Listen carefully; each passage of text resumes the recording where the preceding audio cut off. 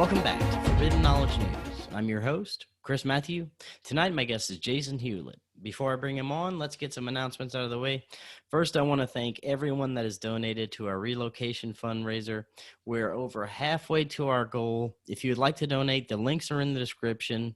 Until the end of November, anyone that donates $10 or more is going to get free 3-month membership to our upcoming site, and any donation over $25 or more, and you're going to get a copy of Cory Hughes' upcoming book about the JFK assassination. And you can check out his website. Go to coryhughes.org.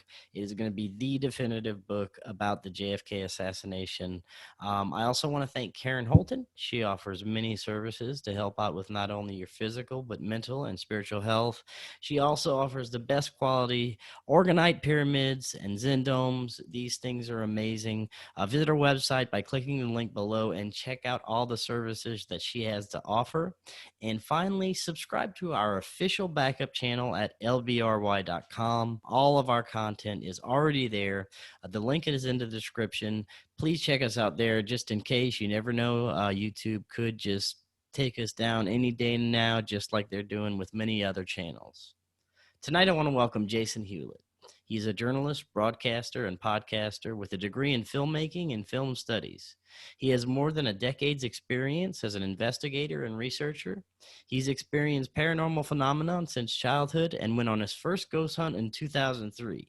He conducted his own investigations until joining Vancouver Paranormal Society in 2017, where he is now a lead investigator and society director.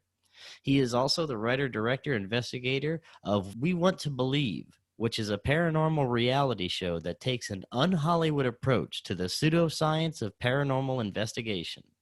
Jason, welcome. How are you tonight? I'm doing great, Chris. How are you? I am very good. Thank you so much for coming on. Thank you. Yeah, same. I'm a fan of the show. I've been enjoying listening to your episodes. I can't believe how prolific you are. Really, thank you so much. I did pay you to say that, so that's okay. So tonight's going to be fun. Most paranormal investigators rather, that I've had on tend to generally agree that UFOs, paranormal activity, cryptids, psychic phenomenon, and this interaction it has with humans and our consciousness and all of the unexplained high strangeness that mainstream science won't even poke a stick at are somehow connected in some way, because there are so many parallels and crossovers, as well as the new evidence that we have and testimony now that we have this modern technology and the internet. We're going to talk about this and much, much more when it comes to the nature of our hidden reality. But first, let's start with what got you interested in paranormal phenomenon and high strangeness in general. It was a couple of things that happened to me when I was a kid, which is, I think, when it happens to a lot of people, kind of have these experiences that pique their interest. And I had kind of two things that went on that kind of really started at one when I was like, maybe 5, 6, maybe 7.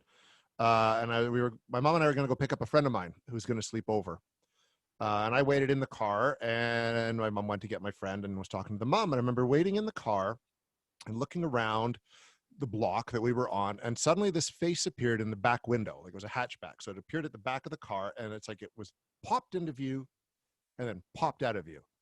And it was this face, like, I can still kind of see to this day, like this weird, horrible mongoloid kind of face. And it freaked me out. Like, and I kind of just dropped to the bottom of the car kind of thing, and slowly went back up, and sure enough, there was nothing there.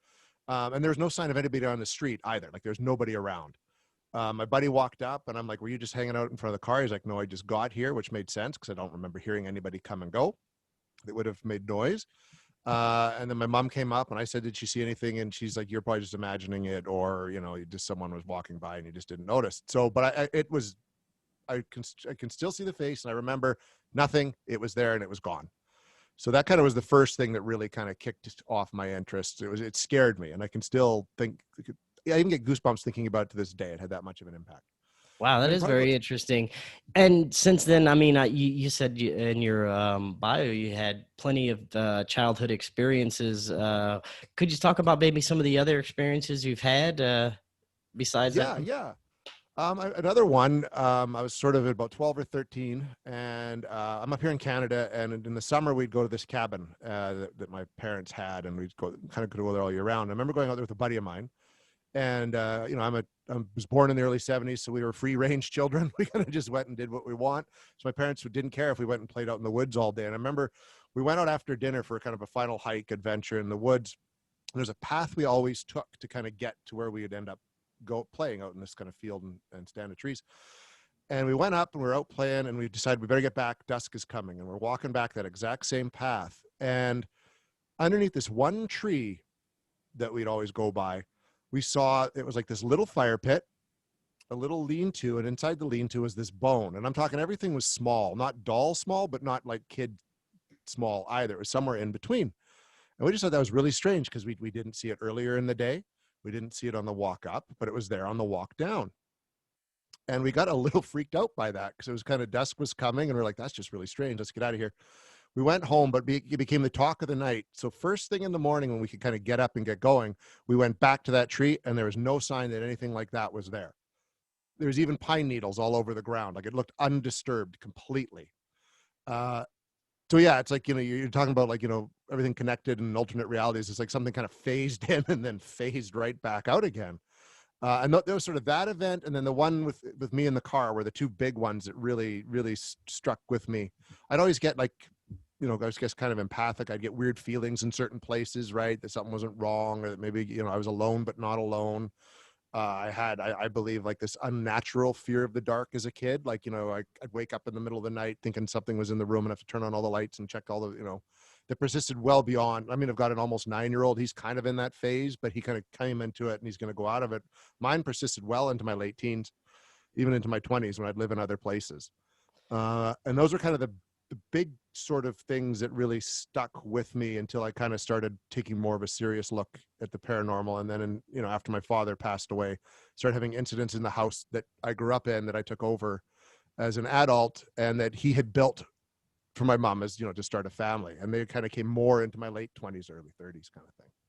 Now, what got you started actually investigating paranormal activity? It was something like I was interested in it and I had no idea what to do, in terms of how I would go about doing it. And then when I was in journalism school, I went back to school in my late 20s, decided, I floundered for a lot of years and did a number of odd jobs, and said, no, I want to be a journalist. And there was a magazine writing course that I was in. And the whole point of that course is you spent the semester writing one magazine article that you'd want to submit. And I was like, well, I wouldn't mind doing something for the Fortean Times magazine out of the UK. So I was a big reader of that. So there is a place where I live called Tronquil Sanitarium. And it used to be a tuberculosis clinic during the early 1900s. And it was sort of a tuberculosis clinic sanitarium for soldiers after the Second World War. And then it became like a mental institution. And in the 80s here in British Columbia, they deinstituted everybody. Like, they just let them all out. And the sanitarium had been closed. And of course, you have a place like that, it becomes like just a home for stories and urban legends, right? So I'm thinking, well, it'd be really cool to go out there at night and spend a night out there just looking around and investigating. And I knew a guy that was the caretaker. So he agreed to let me in. And I found someone who had experiences out at the place. I brought along a skeptic who was in my journalism program. I found a TV news guy who could bring all the cameras. And then I found a psychic that was willing to go along. And we went out there and we spent like a whole night investigating. And that was the first time I really took any kind of hard look at any place. And it was interesting, Chris, because it was like literally like, we went, we prepared, we got all our gear going, we got the batteries fully charged, we showed up, we got started, we got out of the vehicle, walked like 50 feet, and all the light batteries died. And then the camera shut off. So we had to go back and reload up. And all night we had stuff just like that going on. We had one location we were in. It was like an old barracks that was turned into one of the wards. And we were looking around, we had power. And then all the lights in the building went off. And Donna, who was our psychic, screamed. And all the lights came back on. And it was winter, so we were wearing toques. And you could see a toque had been pulled off her head and was just settling down. Like, you could almost see the handprints on it, just settling back down. And so it was quite a night. Like, it was quite a night full of stuff. We had some stuff that wasn't paranormal happen that you could kind of like explain away. But there's definitely a few things throughout the evening that we had activity, like especially around electronics and things like that. Yeah, and I was going to ask you when it comes to your work with the Vancouver Paranormal Society, what was some of the more compelling or even unexplained events that could have happened during some of the investigations that you were involved with? Well, we had one. There's a location we go to called Bailey House here in the interior. And it's quite known in the interior as a haunted place. A lot of paranormal groups go there, and it's actually for the web series we're doing, with the episode that just kind of came out today. It's all about Bailey House that we filmed there. Um, and Peter Wren, who's kind of the head of Vancouver Paranormal Society, he's been going there for years. And the first case he and I ever went on together, which was early 2019, because I didn't get to work with him for a couple of years after joining Vancouver Paranormal. We went there, and almost right out the gate, like typical paranormal investigation, you go in, you set up, you get your gear ready, and it can take a few hours for things to get going. We started getting like EVPs like right out the gate within about 20 minutes, without a spirit box, which is one of the tools we use. But we get like a voice that would just be, like you'd ask a question and you'd get like, I am Tom. Like, you ask, what is your name? You get a legitimate answer. I had a spirit basically tell me to F off when I was sort of trying to ask it some questions. And the one thing that I thought was quite profound is in this room, it's a kid's bedroom full of like dolls from the 1920s and 1930s. So there's porcelain dolls that always look at you, and toys from that era as well.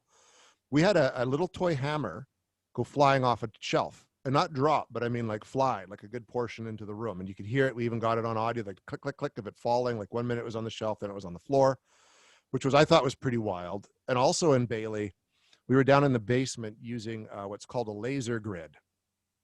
And a laser grid, it just shoots all these points out. So it's literally what it sounds like. You have a pitch black room, the lasers go out into this crisscross pattern, and anything that disrupts that grid is going to show up on the wall. So if something breaks that laser. And we had the laser grid down in the basement. We're showing it around, and there's a spot where it looks like, a shoulder of someone breaks the laser grid.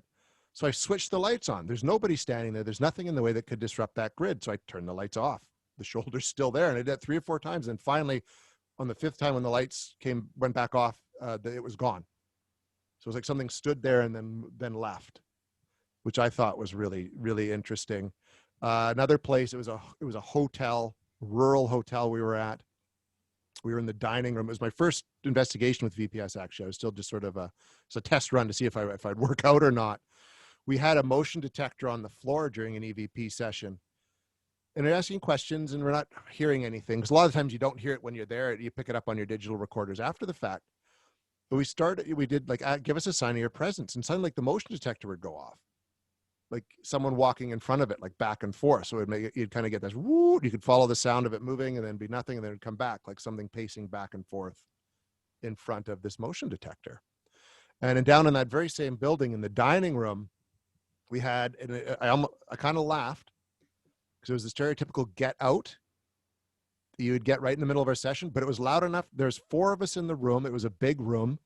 We were all spread out. Everybody in the room heard it without headphones or anything. Just get out. That I thought was quite profound. And for that to be a first night out and to get something like that, I was like, oh yeah, it's game on. Like this is fantastic. So those are kind of a few of the big things that have happened in the 3 years that I've been doing. It's not like on TV where, things go always flying off shelves and people are turned upside down and crosses flip over. You know what I mean? I have nothing to that extent, but those were some of the big, what you call big in a paranormal investigative sense so far. Very cool. Now, you mentioned EVP and Spirit Box. For those that may not know the difference or be familiar with some of this equipment that you use, could you talk a little bit about the difference and what they're used for? Yeah, for sure. EVP is just that. It's an electronic voice phenomenon, and it's something we use. The digital recorder is kind of your main tool that any investigator uses, because you always want to record what you're doing. So you can get a digital recorder anywhere. You can spend like $20 up to several $100s.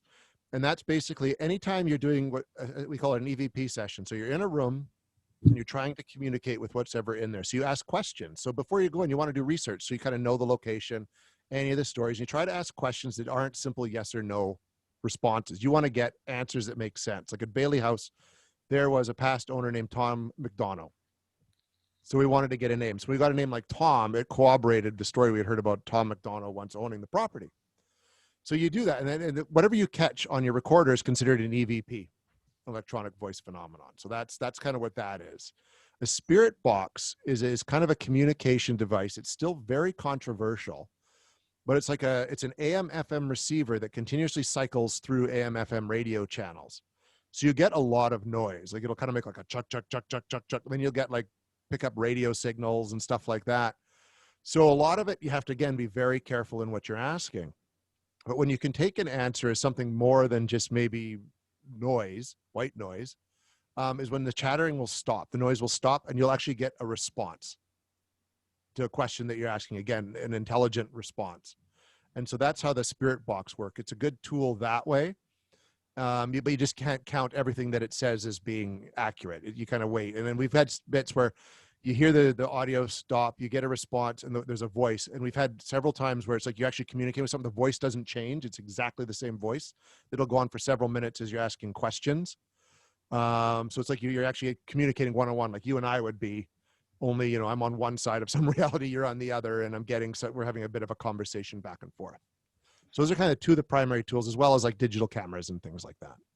Yeah, and when it comes to the spirit box, I've heard skeptics argue that it could be any kind of interpretation from the sounds or voices coming out of the spirit box, and it would be hard to kind of prove that it would be anything other than just something random, other than besides an actual consciousness or something intelligent that you would be communicating with. Well, absolutely. And a lot of the times what we pick up, like we find it very compelling at the time, but we don't submit it as evidence because you're for that exact same reason. It's only when we get something like I was saying, where it's like, okay, we're getting the exact same voice here and it's responding to questions very specifically. And even you can tell like the tone will change, like it's getting kind of mad, right? Because like, well, we're not leaving until you know what I mean? Like then it's like, okay, we take that as something a little more accurate. I mean, we were in another place that we were investigating. It was like a social housing building. And there's a gentleman, like there's this whole conversation that had been going on at this place about some kind of demonic entity, which I hate getting into because I'm not an expert on that kind of thing at all. But someone had captured what was claimed to be a demon in a jar. This Aboriginal medicine man had captured it and left it with the owner of the hotel. We had a guy in one of the rooms that was always yelling at, saying that he was being visited by some dark shape and it was a demon. And actually, when we were doing the tour, he started going off, yelling at this thing, swearing at it, "You're a murderer, demon, blah, blah, blah."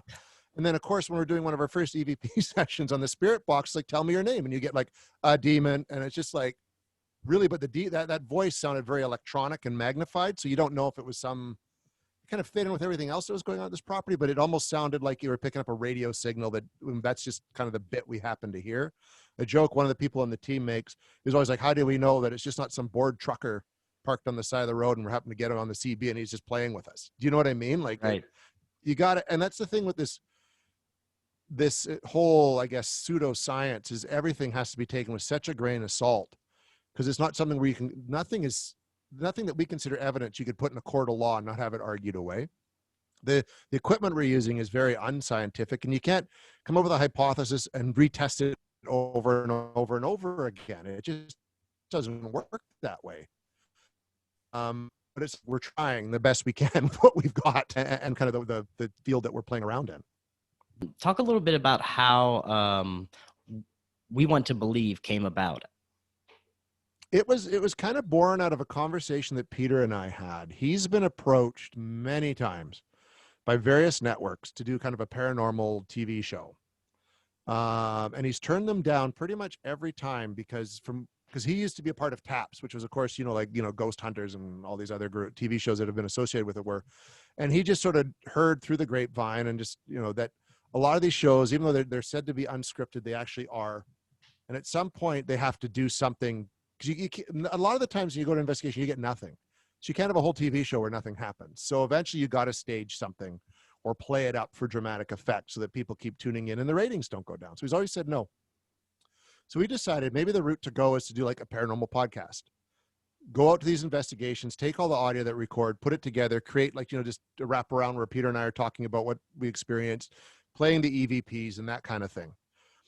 So we were going to go ahead with that. And on the first time we were going to do this recording session, I did a Facebook Live video just explaining, hey, we're going to record our first podcast investigation here, blah, blah, blah.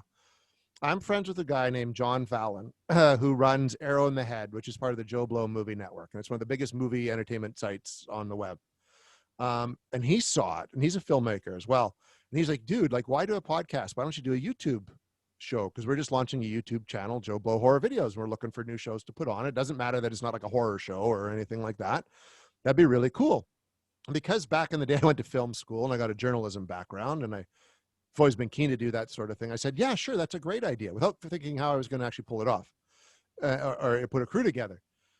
But I was lucky, you know, I could talk to Peter. He was on board as long as we kept it accurate, you know, and didn't fake anything. And then just sort of through this whole process, I was able to come in contact with people through these other ventures I've done that had film backgrounds, that had the right equipment. I've done an entertainment podcast radio show for 10 years. So I knew people down in California that were editors and were willing to edit it. And that's sort of how we did it. So we actually ended up going back to this site where we recorded our first kind of podcast and filmed it. So we kind of redid everything by filming it and carrying out another investigation, which was actually the same location where we, with the demon in the jar and the guy freaking out and getting the demon EVP and that kind of thing. And so that's kind of how the show came about.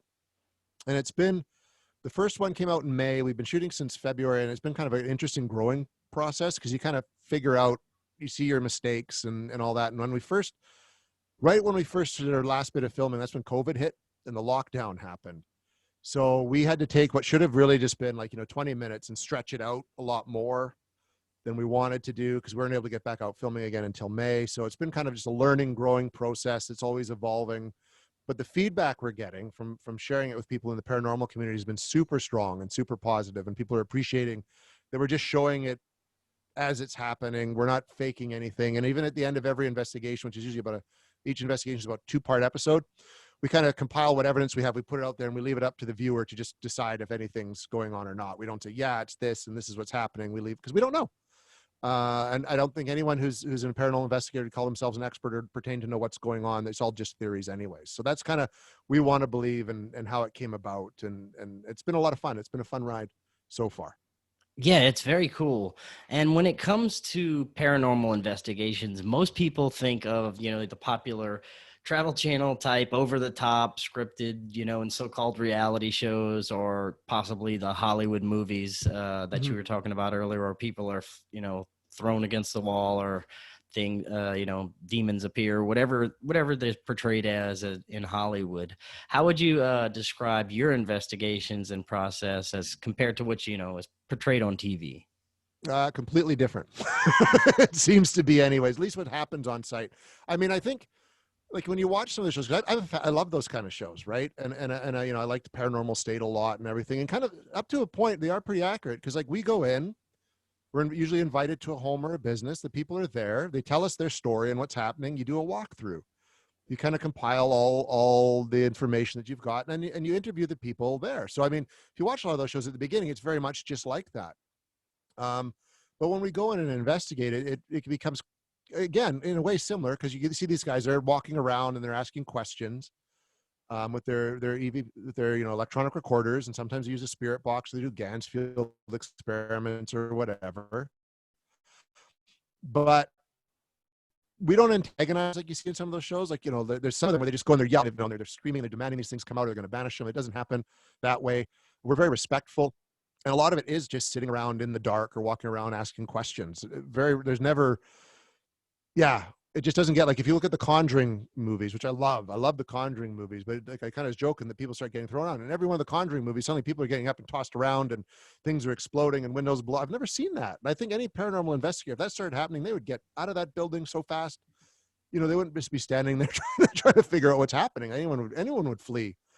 So I think they're accurate up to a point, but then there's a bit where they have to produce. And if, especially if you're doing a work of fiction like a movie, you've got to, people want to see the monster, they want to see the ghost, they want to see special effects. And I've never seen anything that dramatic. Most dramatic thing that I've heard is you think you see a shadow, maybe. And like, what's that? And you're like, oh, cool. You know what I mean? Or you get an EVP. And like, even then, when you get an EVP, like demon that we got, you just start laughing, because it's like, really, of all the things you would get, like, it's just kind of amusing that way. Yeah, it would I think seem the shows to that walk that line of being plausible, but then they take this turn. Yeah, it would seem to me that when, if you're going into an investigation that would appear to be some type of genuine phenomenon, that you'd want to have more a respectful approach to if, especially if you're dealing with some entities that could potentially be dangerous, or Hmm. depending on what's happening with this phenomenon. So yeah, it's definitely interesting that you're going with that approach, and much better. Well, you want to be the way I look at it, and the way that like Peter and many other paranormal investigators look at it is, how would you feel if someone comes into your home and starts yelling at you? And that's how we look at it, right? Like, you go in, you're respectful. We come here, it's like, okay, we don't mean any harm. We just want to communicate with you. We're just here to ask you a few questions. Just please give us a sign of your and that's literally how we started, right? And at the end of it, it's like, okay, thank you for your time. Please, please don't follow. You're not welcome to follow us home. We're leaving. And you're friendly about it, right? It's very rare. I mean, we've even then though we've picked up angry voices that don't want us there. And we'll, at one point, if that's happening, it's like, all right, well, do you want us to leave, kind of thing. And if we get like a definite yes, it's like, okay, we're out. Like, we're gonna go. We're not playing with that, because even though life's not like Hollywood, and I doubt that suddenly this portal to hell's going to open at one of these locations, we're all going to get sucked in. You are playing with something you don't understand, and you have heard of people who have been harmed by things, or at least tormented to the point where they're very upset, you know what I mean, and it can really disrupt their lives, and we don't want that. We've been to places where people have claimed, that said that they don't like it, they don't like this going on. And there's sometimes you do come across dark things, and you got to be really careful about that. Now, ghosts, hauntings, spirits, demons, cryptids, even interdimensional beings, they've all been topics of my show. I want to get your insights into some of these, starting with ghosts and spirits. Now, do you believe that there are times when it comes to people that claim to have seen or interacted with a ghost or spirit, that they're dealing with a true spirit or energetic consciousness of someone who has passed away, or are we dealing with something different? What are your thoughts on it? I kind of got two schools of thoughts on that, and one of them, and it's one that I'm beginning to kind of really lean towards. Like, I like to think of myself as an open-minded skeptic. Okay, but at the same time, I have seen, like I said, I took over the house that my dad built, and he built it, and I always felt a presence there after he left. And I remember one time being in a room talking to a friend of mine who had never met my dad, but he was kind of like, oh, talking about him and getting to know him that way through stories. And he actually said to me, my friend, who's like, well, do you ever think like that maybe he's still around? Kind of thing. And I don't know. I'm not really sure. And all the lights in the house went out. They didn't go out on the street, so it wasn't a power outage. Other houses were lit, but all the lights in the house went out. And I don't know what prompted me to say it. I said, look, Dad, not now. And all the lights came back on again.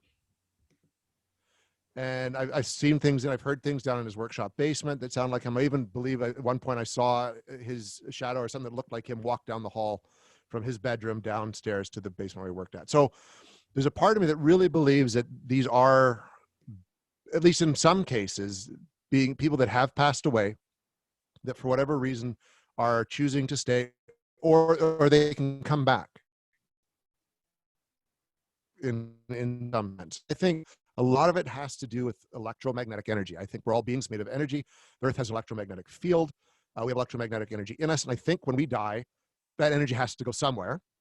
And why couldn't it just kind of get mixed in with the energy? Almost like a tape recording. Remember back in the days of like the old audio cassettes where you could record and then you could record over it. But sometimes you're listening to a recording and you can hear a past recording faintly in the background.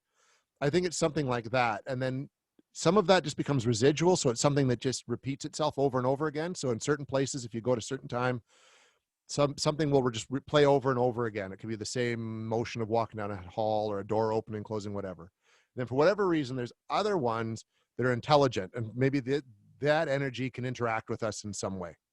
And I think that's kind of where in that sense, where a lot of these kind of hauntings or alleged hauntings or activity could come from, is just the energy of a dead person left behind playing itself over again. Yeah, And Peter will say the same thing. A lot of investigators will know. It's kind of where a lot of people are leaning towards. that's actually what I was about to mention. It's like some sort of energetic memory that's on like a replay. It's Hmm. very interesting. Like people would go to places that have had Civil War battles, and all of a sudden they'll be in the middle of a Civil War battle. Yes. Things like that happening are very interesting. I agree, and that's like same when I believe that I saw like my father walking down the hall. He would do that walk all the time in the bedroom, just back down. And so, how could that? Maybe that is just him happen to replay at that moment. The thing with the lights really threw me for a loop, though, because I mean that was interacting with me. But I always looked, Dad was very much a practical joker. He liked to play jokes on people, so it fit right into his personality, sort of thing. But on the other hand, there is what you were mentioning earlier, that in some way it is all interconnected, all these different phenomena that people are seeing, which John Keel touched on that, in the Mothman prophecies, and he wrote about it in several other books. And part of me is also leaning towards that, but I think even that, like, we're calling it all paranormal or supernatural, but I think it's a very natural thing that's probably been around us since the dawn of time. If you read the Bible, they mention spirits and UFOs and all this kind of stuff, chariots of the gods. So I think it's all been around us. We're just not sure how to react to it. And maybe back in the day, we did interact with it more and just took it more for granted. Whereas, we've developed, different schools of thought and science and all this stuff. And we live in a different world than we did many hundreds of years ago, where we've got all this stuff vying for our attention, and we're just not switched on in that way. I mean, Colin Wilson, an author who wrote a book called The Occult, called it Faculty X. And I think that kind of plays into things too. And then you could get into multiple dimensions and all that stuff, which I'm not an expert on, but I think Right. that could also be a part of it. Yeah, I happen to lean towards that as well, that there's this whole spectrum and this whole type of realm and world beyond the spectrum of our vision, with, light teeming with life that could be any type of entities. And that's very, very fascinating to think that, there is actual other consciousness, that is actually here that we used to interact with. It used to seems like the ancients used to interact with plenty of different type of strange, different intelligences and consciousness, and we did at some point just shut ourselves off.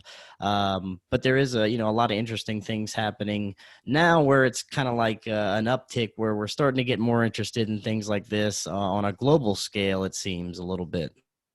I agree. And I don't know quite what it would be. Maybe just because we're now living in so much difficult times. You know what I mean? Like, the world's a really, especially with this pandemic and everything. But even leading up to that, we've hit sort of an era almost like since 2000 on of spirituality. But in a good way. Like, people are really wanting to look and understand more. Like, because I think we're looking at the world that we have, and there's got to be more to it than just this, right? Like, I mean, we're not just sort of born to kind of live in this system, and then we get old and we die. So I think people are kind of interested in what else is going on out there. And I even think science is becoming more interested in what's going on. I mean, they're looking at string theory and how time really works. And science has even shown that there are different multiple dimensions out there. They actually, the scientists are actually saying, yeah, we believe there's more going on here than just our reality.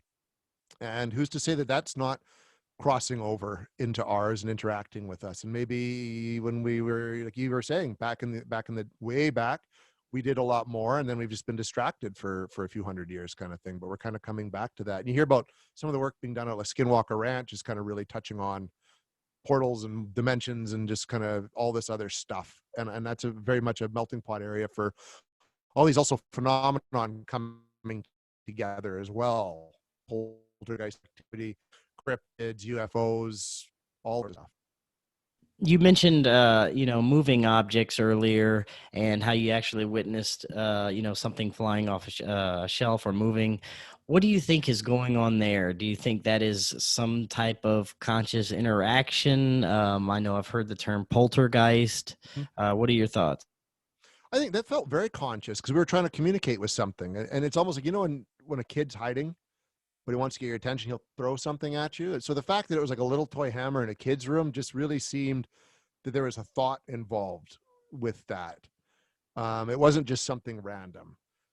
And so, yeah, I think whatever's there wants to communicate with us. It'd only be natural, especially if, we as a society used to, and then they're probably wondering, well, why'd you guys stop? Or why so many people just ignoring us, right? So yeah, definitely think that in that sense, it's very conscious that way. And not just sort of some random thing. I don't think anything that could involve an object moving would just be a random act. I think there's a purpose behind it. most definitely. Now, I've also had a few paranormal investigators that have had similar stories that they would go to investigate at a house that they're having, some sort of turmoil at, domestic violence, or just negative energy in general. And these strange things didn't start happening until this turmoil started, upticking. Have you experienced anything like this where, there'll be some kind of disruption in the home, violence or something like that, and then all of a sudden this negative energy starts to occur, or they'll have a haunting or something? I haven't experienced it quite to like in that sense, right? Like, or we've been to a place where there's been a domestic problem and then things start to happen. But we have investigated. We had a residential school system up here in Canada, so where a lot of Aboriginal children were taken away from their homes and they're put into these schools and forced to be, Western, Western society. And there's lots of stories of abuse, etc. And I've been in a residential school that we investigated, and we had stuff happen there. And Vancouver Paranormal has been there a number of times over the years. And that's where they've had stuff, a lot of activity definitely go on. That's where there would be, if you're going to see a black mass shape, that's where people are going to see it, is in an environment like that. And even more aggressive sort of behavior. Like Peter was at the same school. He was walking and he was sort of just talking before the investigation started. And he was like, oh, wouldn't it be kind of, imagine if something just kind of came out and touched us here. And something grabbed his hand and tried to pull him to the ground. Like you just see his body jerk and move that way. So that's I think an environment. Yeah, there's definitely a very much a strong belief system that a negative place is going to leave and create negative energy. Then you're probably definitely more likely to cause more negative energy to come in the form of spirits. The whole misery loves company kind of thing. And if you're in a positive place, you're far less likely to have any. If you're going to have spirit activity, it's going to be less malevolent and probably more benign. Now, when it comes to the more malevolent spirits or dark entities, or even what people would call demons, Mm-hmm. um, what are your thoughts on that? Do you think that there are actual different types of negative entities that are somehow capable of possessing a human being, something that was, never human, or is it just a dark spirit? What are your thoughts on demons and possible possession or spiritual attachments? Well, it's interesting because I was listening to your conversation last week with the gentleman who knew all about that, and I was like, oh, I bet she's going to ask me something. Like in that way, what am I going to say about that? I'm not I'm not a particularly religious person, and I know a lot of people who do look at demons, that whole specific topic are usually more, there's more of a religious belief that plays into that. And fair enough. I have total respect for that. I look at it, if you were a good person in life, you're going to be a good ghost. If you were a prick, you're going to be a prick. You know what I mean? And so I look at it as more, if that activity is going on, it is more just a negative, angry spirit that's just being malicious because it can. It was like that way in life, and it's going to be that way now. However, Peter is an investigator for an ordained exorcist out of Washington State. So he's the guy that goes in beforehand and does all the interviews to see if anything's going on that is actually demonic. And he doesn't believe in demons either. So he's kind of a good person to go and do that. But he's actually had, and he and I talked about this many times, one case where he wasn't quite sure that it wasn't the early stages of possession in this home, to the point where they even picked up, like in a lot of movies, it's kind of Latin is the language used by demons. You know what I mean? In movies, but it would actually be Aramaic if you read the Bible. And in this girl's bedroom that he was sort of doing these preliminary investigations, the word demon was scrawled on the wall, but in Aramaic, a language that's not taught in school, and it's just not common. People just don't use it at all. And he just said from the behavior he was seeing exhibited in the girl and everything like that, that there was part of him that was starting to think that there could be something actually going on here, in some form of possession taking place. But from all my years of paranormal investigation, all the people I've talked to who've done it, the research I've done, if something like that does exist and does happen, it's like that odd one out. A lot of the times it's probably just an angry ghost, or it's a mental health concern or an addiction issue really playing up.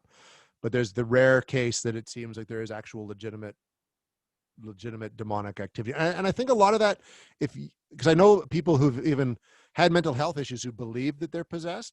So the best way to treat it is as an exorcism, because the person actually believes they're possessed. So if you treat it with an exorcism, that'll almost break that psychological barrier, right? And actually help cure the person of their mental illness. So I think if you're a person who believes that there could be possession, and you start having issues, that you're going to almost believe yourself into that state of mind. I think the mind's a pretty powerful thing. That's kind of where my loose belief system in that regard kind of comes into play there. I think I would I hate to use the word love to experience something like that. Like, but I would, if that's happening, I would very much want to see it, just to have that little bit of doubt in the back of my mind put to rest. You know what I mean? Okay, because if there's demons, then there would be angels, right? And then there's a whole other system out there, a whole other world of possibilities. I think part of me really would like there to be that side to life. I just haven't been in a position where I'm ready to quite grasp that yet. Right. Well said. Now, you mentioned while we're on the spirit topic of demons, you mentioned a demon jar, and you did an episode about this. Talk a Yes. little bit about this episode. It's pretty interesting. Well, yeah, that was, and that again, that was the one we'd originally done that as the podcast. So we'd gone in, so we'd heard about the demon jar, and what the demon jar was. Okay, this place, it's now used for social housing, but it used to be a hotel. So it had like a main bar at the front, another bar at the back, and then the hotel above.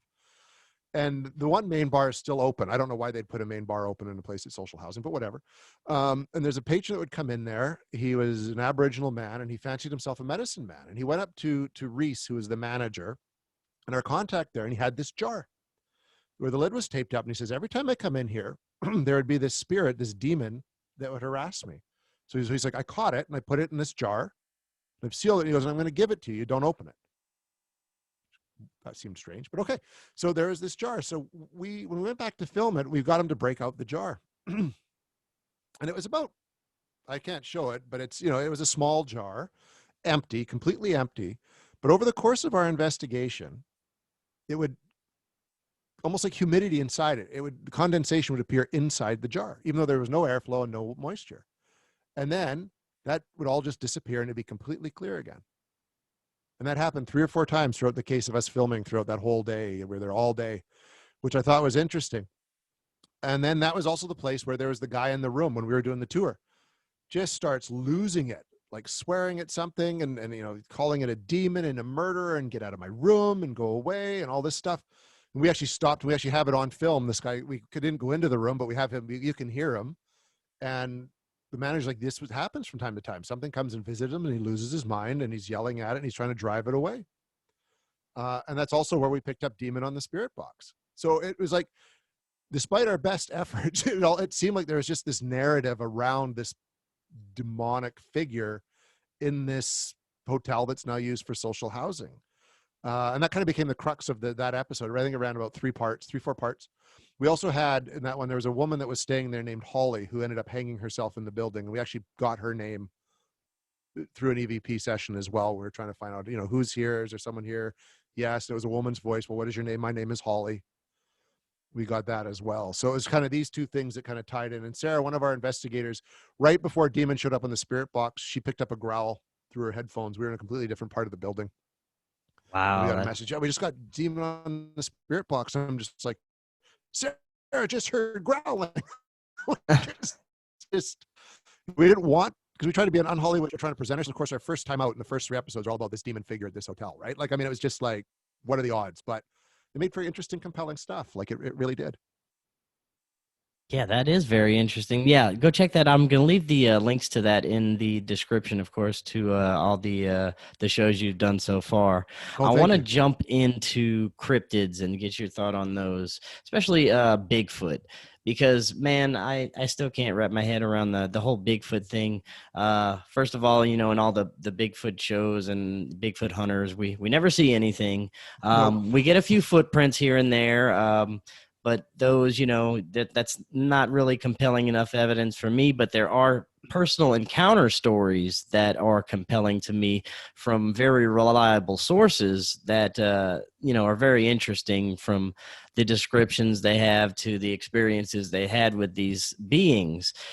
So what are your thoughts on Bigfoot? Do you think that this is a supernatural thing, or is this some sort of lost type of hominid that we had here, or what's going on with Bigfoot? I hate trying to solve an unknown with another unknown, so I'm always hesitant to lump Bigfoot in with UFOs and all that, although there's a big camp believing in it. And if you're to believe that it's all interconnected, then sure, why not, right? But I do lean toward it being a physical thing out in the woods. I mean, especially if you come up to parts of British Columbia or even the Pacific Northwest, there's so many areas that are just so uncharted that people just don't go. I mean, it's possible a small camp of creatures could hide out somewhere. I have never seen one, much like yourself, nor have I heard a cry, like a Bigfoot cry. But I know people who have, and actually someone I know is who, for one of our episodes, we've gone out and done a couple Bigfoot shows that are coming up. And the people that we interviewed, they swear they saw it. They even played an audio recording of one of its cries that they heard it.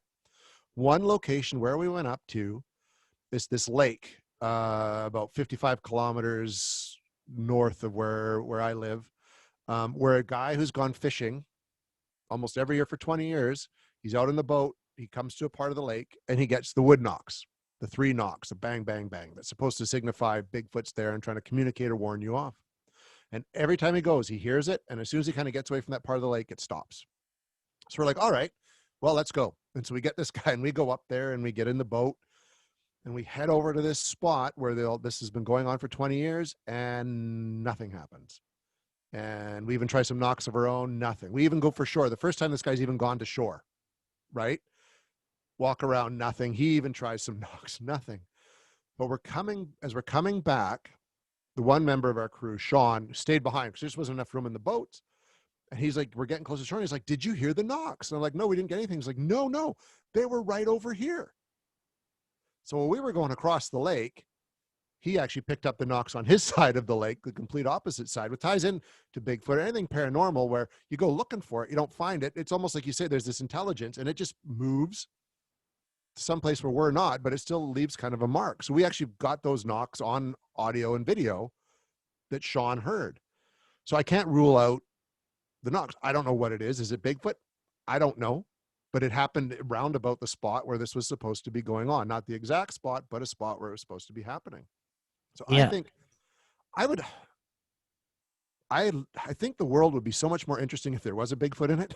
Does that make sense to you? Like, I don't want to rule it out because I know so many people have had these experiences. And I mean, and it's not just happening in one part of the world. It's all over the world. People are seeing and experiencing something.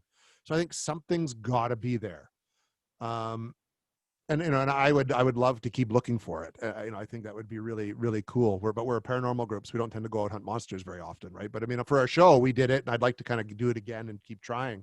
Right. And I mean, then you get into lake monsters, which I mean, that's a harder one for me to swallow because a lake's a smaller body of water. So how could something survive in a lake and not be seen like every day, you know what I mean, or surface? But I've been to Loch Ness, and I've been to Lake Okanagan where Ogopogo is supposed to be, and I always look, and I never see anything. I've got an uncle that said he saw Ogopogo once, but I mean, he said he saw it. There's no picture to go along with it or anything like that. But again, I just think it's so much more interesting to think that something could be there, and that's where once again the multi-dimension alternate thing could play in. Like, people have seen Sasquatch tracks in snow go halfway across a yard and then stop. And First Nations Aboriginals believe that it is a supernatural thing. So who's to say that it can't just pop in and out of our world? Same with the UFO that you see in the sky, moves in an odd angle, it just goes up and blip, disappears. Maybe Nessie dives down under the water and just pops somewhere else. I don't know. Like, we're getting into a whole area I'm not an expert in. I don't know if I believe it. But that kind of makes me a little more hopeful for the idea of possible multiple realities, dimensions, whatever you want to call them, right? Right. And that all these things go somewhere else, maybe. Yeah. And Ian, I know you're not a big UFO guy, but you did mention it, so I want to talk about it for a second. When it comes to UFOs, the whole field to me, I think, needs to come together more, because there's so much just that. First, there's a lot of disinformation, a lot of misinformation. We got stuff coming from our government and media officials that we're supposed to believe, is supposed to be real phenomenon, and swallow that because the government always tells the truth and we should always believe what they say. So Right. yeah, we got that aspect of it. And then we have the whole abduction aspect, the psychic phenomenon, the consciousness aspect, where people are being, going to different places in their sleep and speaking with aliens.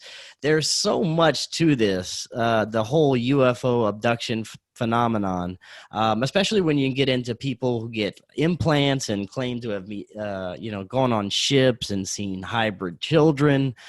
So this thing gets really big and really weird. And that's why it's so hard to get a grasp on the whole UFO phenomenon.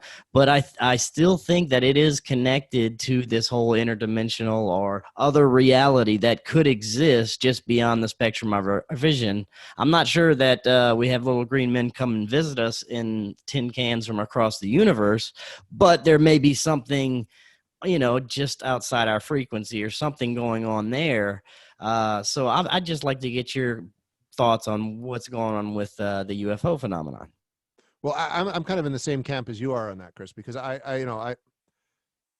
for one, I mean, it's human ignorance to think that we would be alone in the universe, but I have a hard time. It's also human arrogance to think that we're so fascinating that some creature that can create a ship that can travel all the way across the galaxy would stop and find us all that interesting. You know what I mean? Like, I have a hard time with that. Unless we are a colony of, you know what I mean? Then we get into that whole, this is, you just kind of, woo, we're a colony of theirs and they come back and check on us. But I think it's definitely plays into this again, parallel. It make perfect sense that that's just how they travel back and forth from one reality to the next in these craft. And if you look at it, UFO phenomenon, again, has been documented all through human history, but it was described back in ancient times as chariots, because that's how we traveled. And then in Victorian time, it was described as Zeppelin-y airships, which would be the high-tech thing then. Now they look like stealth bomber spaceships. So I think whatever that is has always been here and always been interacting with us. It just matches where we're at in time. So it's not so far out that we're not freaking out, right? Because when UFOs started to show up during the 50s, there was definitely a spy plane program going on. The Cold War was on. The Russians were spying on the Americans. The Americans were spying on the Russians, and they were using high-tech craft to do it. They've admitted to that. So the best way to blend in is to look like these high-tech craft that are flying around already, and then, you know what I mean? And then we aren't taking, they're just can blend. So I find it easier to accept UFOs as something that's not from space, but from some kind of other part of our reality, and that that's how we're seeing it. And it would make sense then that all this other stuff could be in some way connected to it as well. I keep coming back to John Keel's thing, though. I think he called them ultra beings or something like that. Extraterrestrials, yeah. Yeah, ultra terrestrials. And they just adjust how they look at different times to interact with us, so that it's just easier for them to do that. And they're kind of playing around with us too. They're obviously smarter. They can jump from one plane to another. And it's like their little experiment kind of thing, which to me makes kind of sense, right? Like, we're kind of still poo-throwing apes probably to these guys. Like, it is fascinating when you start to look at it. And, like you mentioned, that over the years, the phenomenon's kind of shaped along with our evolving consciousness. But what makes the UFO thing most difficult nowadays, I think, is the military aspect, that they have so much tech that they're not telling us about, and we may not be able to tell the difference between our own military stuff and some genuine phenomenon. So that also adds a little bit of confusion and problems for the investigations and the whole phenomenon in general. You're right too, though, that the people investigating it don't work together well. A friend of mine who's part of the show, Sean, he's an executive producer and does the music. He's a big UFO guy. And he used to belong to like these groups that, in the chat rooms and on their website. And he said, why don't we all just pick a night? We all go out, we pick a part of the sky, we all point our cameras and telescopes and all that just at this part of the sky. So if anything happens, we'll see it from all different parts of the world. And then we can say, okay, there definitely was something there. And everybody just told him he was nuts. Why would we want to do that? You know what I mean? Like, they just didn't, almost like it's almost like, and we get it actually in the paranormal investigation field. No one paranormal investigation group works with another one at all very well, because everybody wants to be that group that gets the big aha moment. But one group of 20 people isn't going to get that aha moment. We all got to kind of team up and work together if we want to kind of present anything serious that science is going to take a look at, because we got to face the fact that we're not going to have any credibility until science gets on board and just goes, holy cow, yeah, you guys got something and it's real. And now we're all going to look at it. Right. So I think, yeah, there needs to be this better unity amongst everyone investigating this kind of stuff if we're going to actually ever end up finding anything. Earlier, you had mentioned that I believe you brought a psychic along for one of your investigations. Is that something you normally do? Do you have psychics join you in your investigations? No, we don't actually. It's very rare. Hang on, I got a cat. I see that. Good kitty. Yeah. No, we tend not to. A lot of the times, like we did bring one along on one of our investigations for the show. I did when I went on my own because I didn't know any better at the time. But the big thought is, and I agree, that not a lot of psychics you can't trust them. A lot of them they don't actually have an ability. They're con artists. They're trying to make a buck. Like any psychic that's charging you money, same with any ghost paranormal investigation group that's charging you money to investigate, just run, because they're not doing it for the right reasons. So I think if a psychic comes along and they want you to pay, you can't trust them. But there's a small percentage of them that have legitimate abilities that are accurate and they know what they're doing. But we try not to use them at all because we don't want what they say to influence what we're investigating. So the time that we have used one, we went in first, heard everything, kind of did all our stuff, and then brought them in to see if they could corroborate what we had found. And it worked. She actually did a very good job of getting a lot of it quite right. But I wouldn't go out. That wouldn't be the first thing I do. And that's why in these shows, when they bring in a psychic and all this, like it's more for, I think, for dramatic effect. And if you did bring one in first, even if they were legitimate, they're going to say things that's going to influence your judgment. And every investigation and every investigator should have a clear mind going in and no preconceived notion of what's going on there, because you can convince yourself of anything. We're already going into places that are supposed to be haunted, so you're already almost primed for something to happen in your mind. So you want to be as kind of aloof and clear of mind and skeptical as you can going in. Yeah, you're absolutely right about it. Psychics, especially the ones that I've interacted with, you can tell which ones have genuine abilities by basically if they're asking for money or just trying to get fame. But I have interacted with a few of them that have very convincing information that they've given me. And I think that there's something to it, but I think everyone has these intuitive abilities to them that they can tap into this, but some can access it easier than others. I guess it's like playing an instrument or being good at a sport. Some people are able to tap into these things easier than others, and some of them just have good intuition and maybe are con artists.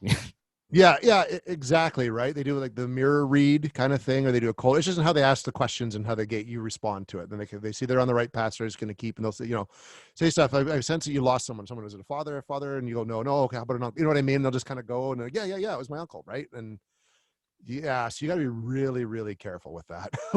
But I agree. I think most people have some form of ability, even just in terms of empathy, or can pick up on a vibe of a place. And we just run it off as being instinct more than anything else. Very cool. Well, before you head out, tell us a little bit about the book you're writing right now, which is just another paranormal investigator. Yeah, that's exciting. It's Peter and I writing it. We actually just last week signed the book deal, official book deal, beyond the Fray publication. So it's going to get published within the next year. And it's documenting kind of Peter's career in the paranormal. He's been doing it for 27 years. All over the world. So we just talk about some of his big cases, some of his beliefs, and I try to back it up with my own research into the places he went, and just pooling what information I can gather from other groups and sites and sort of about the paranormal. And actually, we did a name change. It's now called "I Want to Believe: One Man's Journey into the Paranormal," and that was just a last minute change that we made here right now. But it's pretty cool. Peter was hesitant again to do the book and tell his story, but he had so many good ones. And he and I were on Into the Fray with Shannon LeGros. and she was one of the partners in Beyond the Fray. And she told Peter on the show, it's like, man, you got so many good stories. You should write a book. And he's like, oh, no, no, no, no, no. And in my head, because I wrote for newspapers for 10 years, I'm like, I could totally write that book. So I followed up with her and like, are you serious about maybe doing something? She's like, oh yeah, for sure. So I talked to Peter and we ended up writing it and spent the whole summer writing it. And we're now just at the editing stage and picking out a cover design and all that. It's pretty exciting stuff. Awesome. Jason, thank you so much for coming on tonight. Before you head out, just let everyone know if they want to check out your show and anything else about your book or anything else where they can do so. Yeah, absolutely. The show is We Want to Believe, and it's available at Joe Blow Horror Videos. And if you go on Facebook and search out We Want to Believe the series, you can find it that way as well. And then the book will be published by Beyond the Fray Publishing, which has its own website and a Facebook presence as well as on Instagram. Awesome. Very cool. Jason, thank you so much again. I'd love to have you back on in the future, possibly after the book comes out. And for everyone else, have an excellent evening. Thank you very much, Chris.